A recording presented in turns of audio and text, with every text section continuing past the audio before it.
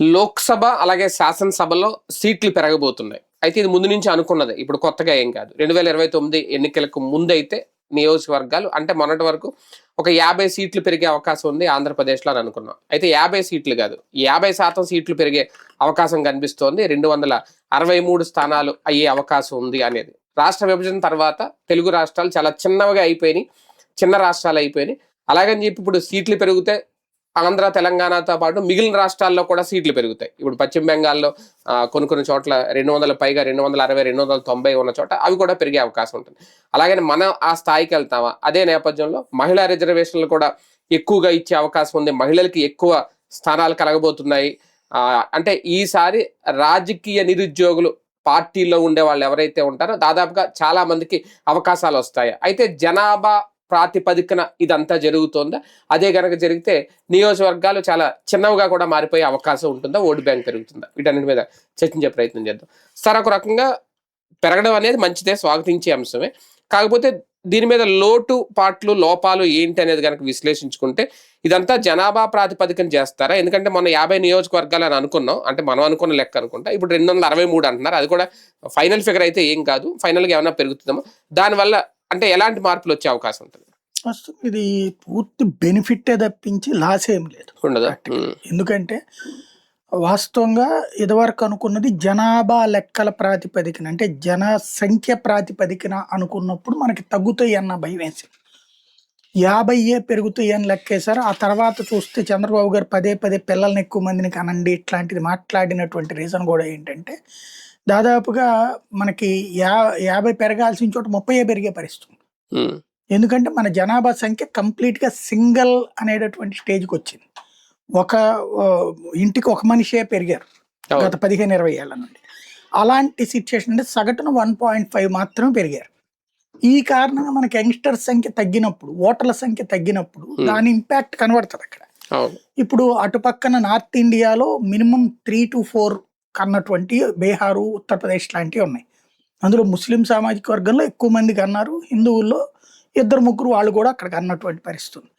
దానివల్ల తేడా వస్తుంది అనుకుంటే దాని మీద ఆందోళన వ్యక్తం చేసి అసలు దేశాన్నే 2గా ముక్కలు చేసే విధమైనటువంటి ఆందోళన క్రియేట్ చేయడానికి ప్రయత్నించారు. ఇదివరకు ఎట్లయితే తెలుగుదేశం బీజేపీ విడిపోయాక కావాలని దక్షిణాదికి అన్యాయం అనే పదాలను ఎట్లా సృష్టించారో అట్లాంటిది ఒకటి సృష్టించే ప్రయత్నం చేశారు. యాజ్ ఫర్ నామ్స్ అయితే కనుక దాదాపు 800 సీట్ల దాకా అయ్యి 550 సీట్ల దాకా అటుకే వెళ్లే పరిస్థితి. నిజం, వాళ్ళు చెప్పింది కరెక్ట్. అయితే ఇప్పుడు ఆ ప్రాబ్లం లేకుండా కంప్లీట్ 1.5 అనేది, అంటే హాఫ్ అన్నటువంటిది, అంటే ఇక దీంట్లో ఏ ప్రాతిపదిక లేదు, జనాభా లెక్కల ప్రాతిపదికలు ఏం లేవు ఇక్కడ. ఆటోమేటిక్ గా మొత్తం సీన్ మారిపోయింది. ఇప్పుడు అందుకనినే ఈనాడు, జ్యోతితో సహా ఏ పేపర్ దాన్ని తప్పు పట్టట్లా. ఒక్క రేవంత్ రెడ్డి నిన్నేదో తెలిసి తెలియని మాటలు మాట్లాడాడు తప్పించి ఓవరాల్ గా ప్రతి ఒక్కరు హర్షిస్తున్నారు. దక్షిణాదికి ఒక పెద్ద సంతోషకరమైన వార్త ఇది. ఎందుకంటే దక్షిణాది రాష్ట్రాలకు అన్యాయం జరుగుతుంది ఇక్కడ. ఇప్పటిదాకా ఉన్నటువంటి 40-60 రేషియో ఒక్కసారిగా దెబ్బతింటాం అనుకున్నటువంటి దశ అది 20-80కి వెళ్ళిపోతుంది అనుకున్న దశ నుండి సేమ్ ఇప్పుడున్న ప్యాటర్నే రన్ అవుతుంది. ఇది పెద్ద బెనిఫిట్. రెండవది ఏంటంటే వాస్తవంగా మనం రాజకీయాల పరంగా అబ్జర్వ్ చేస్తే రాజకీయ కుటుంబాలు కాని వాళ్ళు అసలు రాజకీయాల వైపు వెళ్లే కార్యక్రమం ఎప్పుడో పోయింది. కానీ గత 2 దశాబ్దాలుగా ఆంధ్ర రాజకీయాలు కనుక మనం చూస్తే, ఆంధ్ర అయినా తమిళనాడు అయినా రాజకీయాలు చూస్తే నార్త్ ఇండియాలోనేమో ధనంతో సంబంధం లేని సాధు సంతులు, అంటే సన్యాసులు, ఇట్లాంటి వాళ్ళు రాజకీయాల్లోకి వచ్చారు. డబ్బులతో సంబంధం లేదు అక్కడ. అలాగే పబ్లిక్ లో ఇమేజ్ ఉన్న వాళ్ళని తీసుకొచ్చి నాయకులుగా పెట్టారు. ఒకప్పుడు మన రాష్ట్రాలు అట్లాంటివి ఉండే, ఇమేజ్ ఉన్నటువంటి వాళ్ళని తీసుకురావడం. ఇప్పుడు ఐపీఎస్ని తీసుకురావడము, అప్పట్లో పీజీఆర్ మీద గెలిచినటువంటి ఆయన సిబిఐ డైరెక్టర్, మాజీ డైరెక్టర్, అట్లాంటి సిస్టమ్ నడిచింది. కానీ గత 20 ఏళ్ల నుండి చూసుకుంటే రాజకీయ కుటుంబాల వాళ్లే వారసులు, లేదా ధనవంతుల కుటుంబాల వాళ్ళు వారసులు. అంతే కదా. ఇప్పుడు మహిళలు వచ్చారు అంటే ఏ నాయకుడి కూతురో ఏ నాయకుడి భార్యో వీళ్ళే. ప్రత్యక్షంగా డైరెక్ట్ మహిళలు వచ్చినాయి తక్కువ కుటుంబాలు. వ్యాపారస్తులు కొంతమంది ఎంటర్ అయ్యారు. వ్యాపారస్తుల కుటుంబాలు వాళ్ళు. కొత్తగా వచ్చినటువంటిది వ్యాపారస్తులు. లైక్ ఇప్పుడు బేదమస్తానరావు పొలిటీషియన్ కాదు, ఒరిజినల్గా వ్యాపారస్తుడు. వ్యాపారస్తులకి డబ్బులు ఉంటున్నాయి కాబట్టి ఇక్కడ 2 కోణాలు. ఆ వ్యాపారస్తుడికి ఇక్కడ లంచాలతో అవసరం లేని పదవి, అంటే తను జనానికి లంచం ఇచ్చి గెలుస్తున్నాడు. కానీ అధికారులకి ఇక లంచాలు కట్టుకునక్కర్లే. అంతే కదా. ఇప్పుడు రియల్ ఎస్టేట్ ఓడో ఒక విద్యా సంస్థలోడో రాజకీయాల్లోకి ఎందుకు వస్తున్నాడంటే మనం అనుకుంటాం వాడు దోచుకోవడానికి అనుకుంటాం. వాడి వ్యాపారం వాడిదే, వ్యాపారపు దోపిడీ రొటీన్. వాడు ఒక కాలేజీ పెట్టి 25,000 రూపాయలు ఖర్చు అయితే 1,00,000 రూపాయలు సంపాదించుకోవడం అనేది అది వ్యాపారం, విద్యా వ్యాపారం. అట్లాగే మిగతా వ్యాపారం. ఈ వ్యాపారాల్లో రియల్ ఎస్టేట్ వాడు 10 రూపాయలు భూమి పెడతాడు, 100 రూపాయలు. వాడు ఎంపీ అని మనం వెళ్ళి కొంటామా? కొనం. మామూలుగా అక్కడ వాడు ఎంపీ అయినా కాకపోయినా మామూలుడైనా సరే రోడ్డు పక్కన భూమి ఉందని కొంటాం. కానీ ఈ దాన్ని అధికారులు వాళ్ళ దగ్గర మింగేస్తారు, 20-30% మింగేస్తారు. అదే వాళ్ళు ఎమ్మెల్యేగానో ఎంపీగానో అయితే అధికారులు తింటారు అప్పుడు కూడా. ఇదివరకు అయితే వాళ్ళ జోలికి పోయేవాళ్ళుగా కంప్లీట్గా 20-30% మిగిలేదు. ఆ అధికారులకు లంచాలు ఇచ్చే బదులు ప్రజాప్రతినిధులు అనేటటువంటి పోస్టులు సంపాదించుకున్నారు. పార్టీలకి డబ్బులు ఇచ్చినా ప్రజలకి డబ్బులు ఇచ్చినా. ఇప్పుడు ఏమైంది, ఎమ్మెల్యేలు ఎంపీలు అయినా సరే అధికారులకి లంచం ఇచ్చే సంఖ్య తగ్గింది. లంచం మాత్రం మస్ట్ వాళ్ళ దగ్గర కూడా. మన దగ్గర 30 తింటా, ఆడి దగ్గర 10 తింటాడు అంతే. దాంతో పాటు ఎక్కడెక్కడ లిటిగేషన్స్ ఉన్నాయి వీడికి ఎక్స్ప్లెయిన్ చేసి మరి ఇద్దరు కలిసి తినడం నేర్చుకున్నారు కొత్తది. ఈ సిచ్యుయేషన్ లో వ్యాపార పారిశ్రామిక వర్గాలు ఎంటర్ అయ్యి జరుగుతున్నది బిజినెస్, పొలిటికల్ బిజినెస్ నడుస్తుంది. ఇప్పుడు మేబీ 1% అన్న, నా ఆశ 1% అన్న సామాన్య ప్రజల నుండి వస్తారేమో, 1% అన్న రావాలి కూడా. ఎందుకు అంటే ఇప్పుడు ఫర్ ఎగ్జాంపుల్ కొలిక్పూడి లాంటి సామాన్య జనం ఎడ్యుకేటెడ్ లో నుంచి దళిత సామాజిక వర్గంలోనే ఎడ్యుకేటెడ్ కి అతను రాజకీయ ప్రేరేపితం కాదు, అతను వచ్చి గెలిచాడు కదా. ఆనంద్ బాబు అయినా, జగదే ఆయన పేరేంటి ఇంకొక ఆయన ఇంత ముందు మాజీ మంత్రి ఉన్నాడు కదా, వీళ్ళందరూ కూడా SC/ST సెగ్మెంట్స్ లో అట్లాగా సామాన్యుల నుండి వచ్చినటువంటి వాళ్ళు ఉన్నారు. ఇప్పుడు ఓసీ ఈబీసీలో కూడా అట్లా రావాలని కోరుకుందాం. అవకాశం రావచ్చు. ఎందుకంటే ఇప్పుడు ఇదే కాదు, ఈవెన్ నామినేటెడ్ పోస్టుల్లో కూడా, అంటే నామినేటెడ్ అంటే మేబీ నేను అనేది కార్పొరేషన్ సి కాదు, ఎమ్మెల్సీ, రాజ్యసభ, ఇవి నామినేటెడ్ పోస్టులు ఒక రకంగా చెప్పాలి. వాటిట్లలో కూడా సీట్లు పెరుగుతాయి కదా. ఇప్పుడు 175 అసెంబ్లీ స్థానాలు ఉన్నాయి కాబట్టి 45 మనకి ఎమ్మెల్సీ, అంతే కదా. ఇక్కడ జరుగుతున్నటువంటి 65 టోటల్, 170 1/3 ఇక్కడ లెక్క వచ్చినటువంటి. ఇప్పుడు 45 కదా మనకి. ఇప్పుడు రేపు పొద్దున ఏమవుతుంది, 45కి హాఫ్ అంటే 22 వచ్చేస్తుంది కదా మళ్ళీ. అక్కడ సంఖ్య 22 కొత్తగా ఇవి వచ్చినట్టే కదా మండల్లో. అట్లాగే రాజ్యసభ ఇప్పుడు 11 ఉంది, 5 అడిషనల్ వస్తాయి, 5 అట్లాగే 16 దాకా వస్తాయి మనకి. అట్లాగే ఎమ్మెల్యేలు ఎంపీలు వీటితో పాటు ఇప్పుడు ఇంకొక రకం మంచి పని చేసింది మన ఆంధ్రప్రదేశ్ గవర్నమెంట్, మున్సిపాలిటీలు కార్పొరేషన్లలో సంఖ్యలు కూడా పెంచేస్తుంది, కౌన్సిలర్లు కార్పొరేషన్. తద్వారా ఏమవుతుందంటే ఓవరాల్ రాజకీయంలో కనీసం 20-30% కొత్త వాళ్ళు రాబోతున్నారు.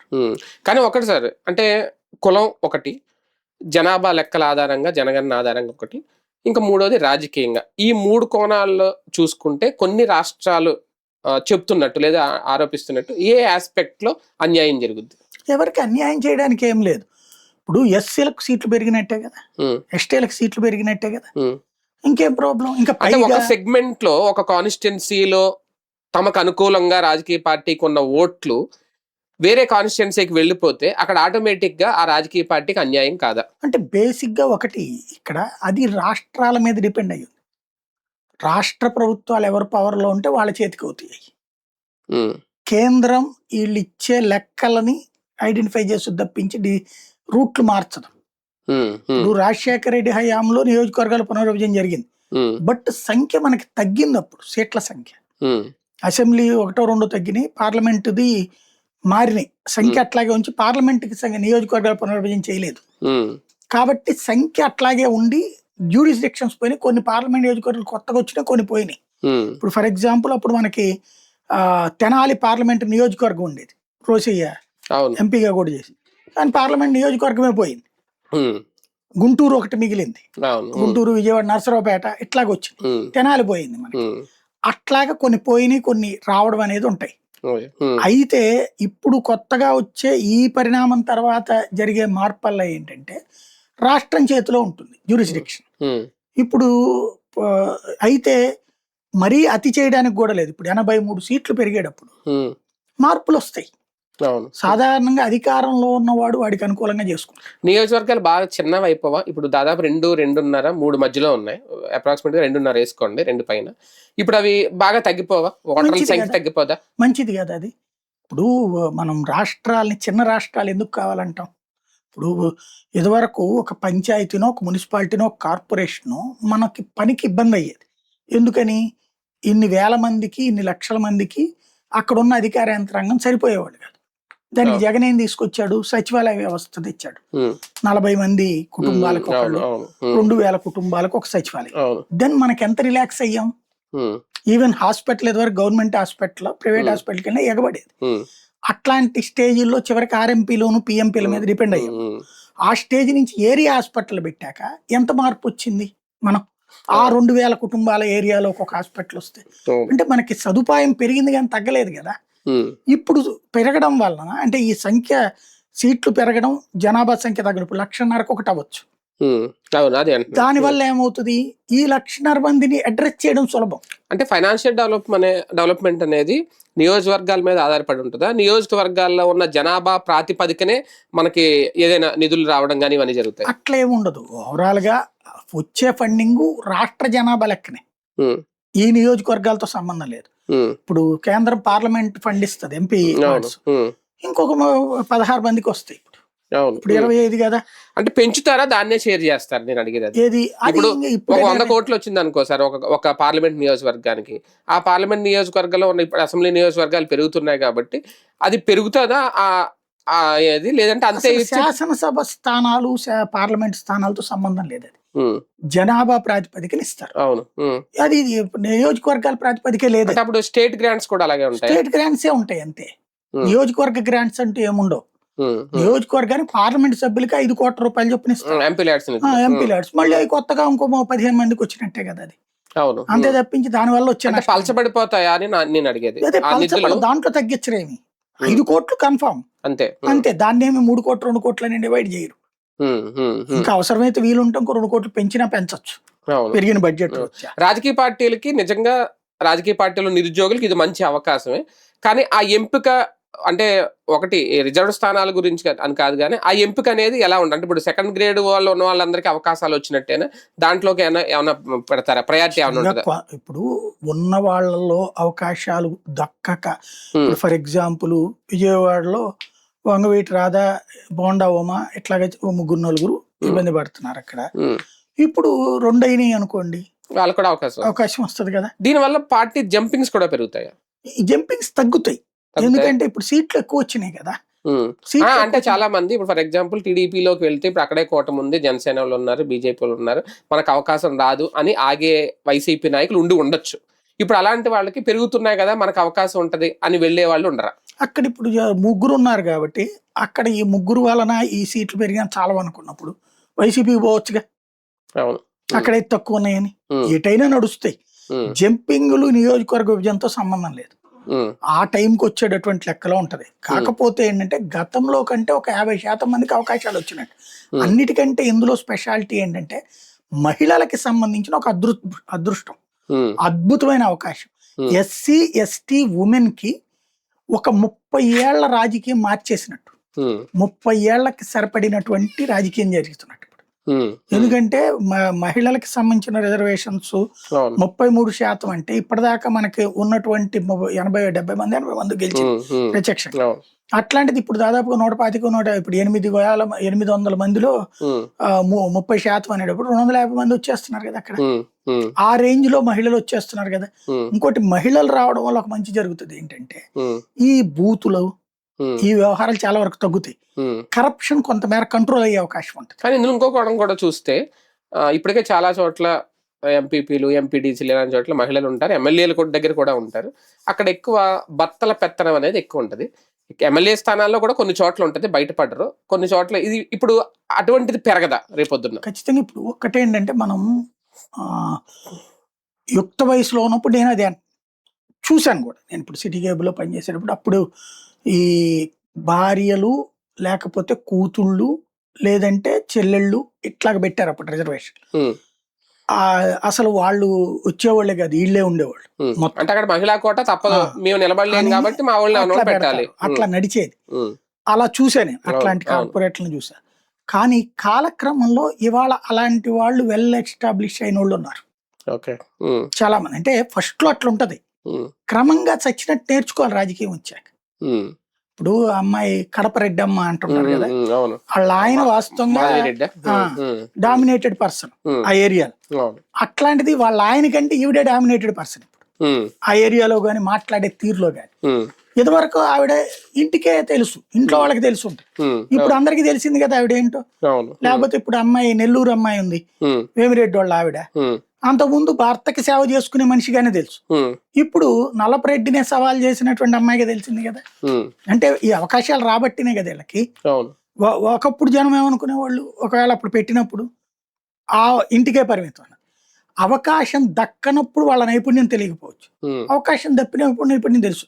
కొంతమంది ఇక అట్లాగే పడుండే వాళ్ళు ఉండొచ్చు. ఇప్పుడు మీకు హోంమంత్రి అనేది ఉంది, ఒక సాధారణ గృహిణిగా, ఒక టీచర్ గా భర్తకి సేవలు చేసుకునే ఆవిడగాని తెలుసు. కానీ రాజకీయంలోకి ఎంటర్ అయ్యాక వాడు హోంమంత్రిగా అంతకు ముందున్న హోంమంత్రులు అందరి ముద్రని చెరిపేయగలిగింది కదా. ఒక రకంగా చెప్పాలంటే రాష్ట్ర విభజన తర్వాత 2 తెలుగు రాష్ట్రాలను హోంమంత్రులు అందరి ముద్ర చెరిపేసింది ఆవిడ. ఎప్పటికప్పుడు స్పందించే తీరుగాను. ఒక రకంగా పార్టీ పరంగా ఆవిడకి ఏమాత్రం కంట్రోల్ లేదు, అసలు హోంమంత్రిత్వ శాఖ మీద కంట్రోల్ లేదు. కానీ అది తెలియకుండా ఎస్టాబ్లిష్ చేయడంలో ఆవిడ సక్సెస్ అవుతుంది కదా. రాజకీయంలో అవకాశం వచ్చాక ఇప్పుడు మగాళ్ళు కూడా బోల్డ్ అంతమంది ఉన్నారు. ఆడేం మాట్లాడతాడు కూడా ఎవడో ఏనాడు అసెంబ్లీలో నోరెత్తన వాళ్ళు ఉన్నారు, పార్లమెంట్ లో నోరెత్తన వాళ్ళు ఉన్నారు. వాళ్ళతో పోల్చుకుంటే ఇప్పుడు రికగ్నైజ్ అవుతున్న మహిళలు చాలా మంది ఉన్నారు. ఒకేసారి మారకపోవచ్చు. నేను చూసిన ఈ 20-25 ఏళ్లలో, నేను మొదట ఫీల్డ్లోకి వచ్చినప్పుడు చూసిన, ఈనాడులో ఉన్నప్పుడు నాకు బాగా గుర్తు, గాది ఆదిలక్ష్మి అని మా డివిజన్ నేను పనిచేసిన ఏరియా రిపోర్టర్గా పనిచేసిన ఏరియాలో ఒక ఆవిడ ఉండేది, కమ్యూనిస్ట్ ఆయన భార్య, సిపిఎం డివిజన్ లీడర్ భార్య. ఆవిడకి అసలు ఏం తెలిసేది కాదు పాప, ఏం మాట్లాడేప్పటికి. ఇంకా ఇవాళకి మళ్ళీ టీవీలు కెమెరాలు లేవు కాబట్టి ఏమన్నా అడిగితే వాళ్ళ ఆయన అందించేవాడు, ఈమెదో చెప్పేది పాయింట్. చివరికి వాళ్ళ ఆయన దగ్గర విషయాలు తెలుసుకునే లెక్కనే ఉండేది. తర్వాత ఇట్లా 2-3 సార్లు ఇబ్బంది పడింది ఆవిడ. తర్వాత ఆవిడంతటా ఆవిడే భర్త లేకుండా మొదట భర్తతో కలిసి వచ్చి ఆ డివిజన్ పనులు, శానిటరీ ఇట్లాంటివి ఏం జరుగుతుంది, కాయలు సరి చేస్తున్నా లేదు చూసేది. నిదానంగా భర్త పక్కకి వెళ్ళిపోయాడు, ఆవిడే కూర్చుంది. తర్వాత వెల్ సెటిల్ లీడర్ అయింది.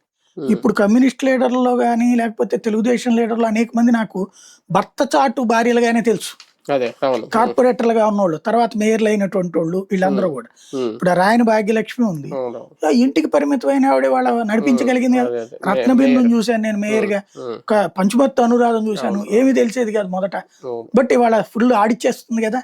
కాబట్టి మొదట గృహిణులుగా మాత్రం పరిమితమైన వాళ్ళకి మహిళలు ఉన్నతంగా, అంటే రాజకీయం అంటే మహిళలకు సంబంధం లేదన్న స్టేజ్ నుంచి ఇక పైన సరికొత్త విప్లవం ఇది.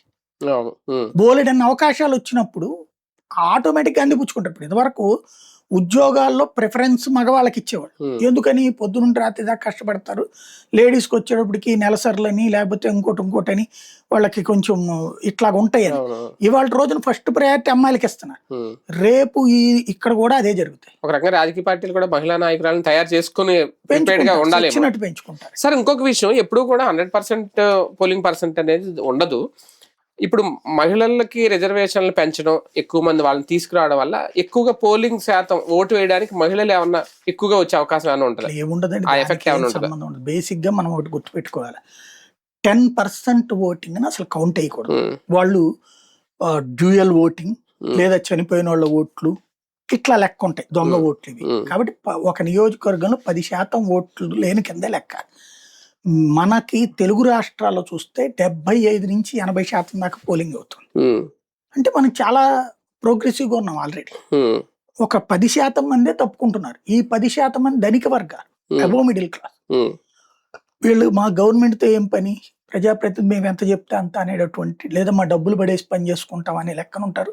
ఈ ప్రజాస్వామ్యం అంటే వాళ్ళకి ఆట వస్తువు, మేము డబ్బులతో పడేసి కొనగలం అనేటటువంటి నమ్మకం ఉన్న గర్విష్ఠులైన ధనవంతులు. ఆ 10%లో 9% వాళ్ళు ఉంటారు. 1% అనివార్య కారణాల వల్ల ఇతర దేశాల్లో ఉండినో లేకపోతే ఇతర ప్రాంతాలకు వెళ్ళినో ఓటు వేయడానికి రాలేక ఆగేవాళ్ళు ఉంటారు. ఆ 10% పోను మిగతా 90% మంది మనకు ఓటేసేస్తున్నారు. కాబట్టి మన దగ్గర ఆ ప్రోగ్రెస్ గురించి టెన్షన్ పడాల్సింది. లాస్ట్ టైం కాంగ్రెస్ ఉండగా అనుకుంటా కదండి, ఇది నియోజకవర్గాలు 2009 జరిగింది. ఇప్పుడు పార్టీలు పెరిగినాయి, ఇప్పుడు కూటములు ఇవన్నీ ఉన్నాయి. ఈ రెండు కూడా అంటే నియోజకవర్గాల పునర్విభజన ఒకటి, ఈ మహిళా రిజర్వేషన్లు ఒకటి, ఎంతవరకు విన్నింగ్ హిస్టరీ మీద ఎఫెక్ట్ చూపిస్తాయి? ఖచ్చితంగా ఇది తెలుగుదేశంకి పెద్ద అడ్వాంటేజ్. ఎందుకంటే మీకు 2009లో, అప్పుడు 2007లో నియోజకవర్గాలు పునర్విభజన చేసి 2009లో ఎన్నికలు జరిగినాయి. అయితే పార్లమెంట్ ఇచ్చేయాల ధైర్యం చేయలేదు. అప్పుడు 20 ఏళ్లకు ఒకసారి చేస్తారు నియోజకవర్గాల పునర్విభజన. అప్పుడు 20 ఏళ్ల తర్వాత కాంగ్రెస్ కి ఛాయిస్ వచ్చింది, కానీ కాంగ్రెస్ పార్లమెంట్ కి ధైర్యం చేయలేక అసెంబ్లీల వరకు చేసింది. ఈ చేసిన టైంలో కేంద్రంలోనూ కాంగ్రెసే ఉంది, రాష్ట్రంలోనూ కాంగ్రెసే ఉంది మనకి. దాంతో ఏమైపోయింది, రాజశేఖర్ రెడ్డి ఏది డిసైడ్ చేస్తే అదే నియోజకవర్గం. దాంతో ఏం చేసేసాడు అతను, తన ప్రత్యర్థులైనటువంటి వాళ్ళు అంటే తెలుగుదేశంలో స్ట్రాంగ్ హోల్డ్స్ నుంచి చెడగొట్టేశాడు. ఒక చంద్రబాబు జోలికి పోలేదు, కానీ ఇప్పుడు ఫర్ ఎగ్జాంపుల్ ఆ పత్తిపాడు ఉంటుంది గుంటూరులో, అది ఎప్పుడు కమ్మ సామాజిక వర్గం గ్యారంటీ గెలిచేసేటు, దాన్ని తీసుకెళ్లి ఎస్సీ చేశాడు. ఇప్పుడు ఆ సుచరిత వీళ్ళందరూ అక్కడి నుంచి వచ్చినటువంటి వాళ్ళే కదా. అట్లాగే నందిగామ దేవినేని రమణ కంటిన్యూగా గెలుచుకుంటూ వచ్చింది. వసంత నాగేశ్వరరావు, దేవినేని రమణ, ఇట్లా కమ్మ సామాజిక వర్గం బలంగా గెలిచే సీట్ అది. దాన్ని ఎస్సీ రిజర్వ్డ్ చేశాడు. విజయవాడ ఇదే మనకి తిరువూరు, అక్కడ వాస్తవంగా కమ్మ సామాజిక వర్గం బలంగానే ఉంటుంది, ఎస్సీ రిజర్వ్డ్ చేశాడు. అంటే ఏవైతే తెలుగుదేశం కంచు కోటలో వాటిని దెబ్బకొట్టాడు ఆయన. అట్లాగే నియోజకవర్గాన్ని చీల్చాడు. ఎట్లా మీకు విజయవాడలో 2 సీట్లు, విజయవాడ వెస్ట్, విజయవాడ ఈస్ట్, కంకిపాడు దేవినేని నెహ్రూది, ఉయ్యూరు మళ్ళీ సపరేట్, ఉయ్యూరు కమ్మ సామాజిక వర్గం బలమైనటువంటి సీటు. బీసీ ఓట్లు ఎక్కువ, కానీ కమ్మ సామాజిక వర్గం ఎప్పుడు గెలుస్తూ వస్తుంటది. అక్కడే పార్థసారథి అంతకుముందు గెలిచినటువంటి, అంతకుముందు ఎప్పుడు కమ్మ సామాజిక వర్గం గెలిచి, కాపులు కూడా గెలిచారు అక్కడ, లైక్ వంగవీటి రంగా బ్రదర్ చలపతిరావు గెలిచినటువంటి సీటు కూడా. ఇక్కడ ఇతను ఏం చేశాడు రాజశేఖర రెడ్డి, తూర్పు నియోజకవర్గాల్లో ఉన్నటువంటి కాపు ఓట్లని తీసుకెళ్ళి కొంత అంటే సెంట్రల్ కిందకి మార్చేసి విజయవాడ ఈస్ట్ని కొంత తీసుకెళ్ళి విజయవాడ ఈస్ట్లో వేశాడు. తద్వారా వాస్తవంగా అంతకుముందు 1 టౌన్ వచ్చాడు బీసీ నియోజకవర్గం, ఎప్పుడు కమ్యూనిస్టులు లేకపోతే కనుక కాంగ్రెస్ పార్టీ. తెలుగుదేశం దాని జీవితంలో గెలవలేదు. ఫస్ట్ 83లో ఒకసారి గెలిచింది, 85లో ఓడిపోయింది, 85లో రాష్ట్రం అంతా భారీగా గెలిచింది తెలుగుదేశం, కానీ ఒక్క విజయవాడ వెస్ట్ దాని వల్ల కాల. ఆ తర్వాత ఏనాడు కాలేదు సిపిఐ ఆర్ కాంగ్రెస్, ఇదే గెలుపు. అట్లాంటిది తర్వాతన ప్రజారాజ్యం గెలిచింది కదా, వెల్లంపల్లి శ్రీనివాస్ గెలిచాడు కదా. ఎట్లాగంటే నియోజకవర్గాల పునర్విభజన ఇంపాక్ట్. అట్లాగే విజయవాడ సెంట్రల్, విజయవాడ ఈస్ట్ అంటే ఎప్పుడు కాపు సామాజిక వర్గం విజయం, అది రంగా తర్వాత రత్నకుమారి అట్లా గెలిచినటువంటి, లేదా తర్వాత బ్రాహ్మణ సామాజిక వర్గం గెలిచింది. కానీ తర్వాత వచ్చేసేసి మార్పులు దెబ్బతిన్నటువంటిది ఉంది కదా. అయితే మళ్ళీ క్యాస్ట్ల పరంగా వాళ్ళిద్దరే వచ్చారు, మల్లాది విష్ణు ఆర్ బోండాం. ఈ విజయవాడ ఈస్ట్ ని కమ్మ సామాజిక వర్గం నుంచి లాక్కు రావాలని ప్రయత్నించాడు, రాధా అక్కడి నుంచి పోటీ చేశాడు, కానీ వల్ల కాలేదు. అక్కడ మళ్ళీ గద్దె రామ్మోహన్ గెలిచాడు తప్పించి, దేవినేని లేకపోతే గద్దె ఇట్లా గెలుచుకొచ్చారు తప్పించి కాపులకి అది అవల. ఇట్లాగా కొన్ని చోట్ల వర్కౌట్ కాదు, కొన్ని చోట్ల వర్కౌట్ అవుతుంది. వాస్తవంగా రాజశేఖర్ రెడ్డి రెండోసారి విజయం సాధించడంలో ఒకటి, తను వాస్తవంగా పూర్తిగా దెబ్బతినాలి. ఎందుకంటే 2004లో కాపులు కాంగ్రెస్ కోటేశారు, అందుకని కాపు సామాజిక వర్గ సెగ్మెంట్ మీరు తూర్పుగోదావరి, పశ్చిమ గోదావరి ఇవన్నీ కూడా అప్పుడే కదా వట్టి వసంత కుమార్ వీళ్ళందరూ కూడా గెలిచినట్టు. తద్వారా స్ట్రాంగ్ గా కాపు ఓట్లు పడ్డాయి 2004లో. కానీ 9లో చీలిపోయినాయి, అయ్యి ప్రజారాజ్యానికి వెళ్ళిపోయినాయి, ఆ లెక్కన ఓడిపోవాలి. కానీ నియోజకవర్గాల పునర్విభజన కాంగ్రెస్ ని గెలిపించింది. అది కొంతమంది ఏమంటుంటారంటే తెలుగుదేశాన్ని అధికారులకు రానియకుండా తీశాడంటారు, కానీ తెలుగుదేశానికి కాదు, కాంగ్రెస్ కి దెబ్బ పడింది. అది అవును. అందుకనే అప్పుడు 210 సీట్ల దగ్గర నుంచి 157 సీట్ల దగ్గరికి పరిమితమైంది. అవును. ఆ నియోజకవర్గాల పునర్విభజన రాజశేఖర్ని బతికిచ్చింది ఓ రకంగా. ఇప్పుడు అది తెలుగుదేశానికి బెనిఫిట్. ఇప్పుడు వైసీపీ స్ట్రాంగ్ గా ఉన్న రేపు పెద్దిరెడ్డి నియోజకవర్గాన్ని రేపు ఎస్సీ రిజర్వ్ చేస్తే, అవును చేస్తే బొత్స నియోజకవర్గాన్ని ఎస్సీ రిజర్వ్ చేస్తే, లేదా మహిళా రిజర్వేషన్ చేస్తే పులివెందులు చేస్తారు అట్లా గ్యారంటీగా. చేయొచ్చు. అది వీళ్ళ చేతిలో ఉంటుందా? వీళ్ళ చేతిలోనే ఉంటుంది. రాష్ట్ర ప్రభుత్వం చేతిలో ఉంటుంది. ఇప్పుడు అధికారులు ఉన్నారు కాబట్టి ఇది ఒక రకంగా ఫెచ్చింగే. అంతే, బాగా పెంచింది, బాగా మంచి అవకాశం కూడా. రైట్, చూద్దాం. మొత్తానికి దాదాపుగా 263 నియోజకవర్గాలు అయ్యే అవకాశం ఉంది అనేది, అలాగే లోక్సభ స్థానాలు కూడా పెరగబోతున్నాయి. దేశవ్యాప్తంగా ఎలా ఉంటాయి దాని పరిణామాలు, దాని ఎంతవరకు గెలుపోటముల మీద డిసైడ్ అవుతాయి, ఇవన్నీ కూడా వేచి చూడాల్సిన అంశం.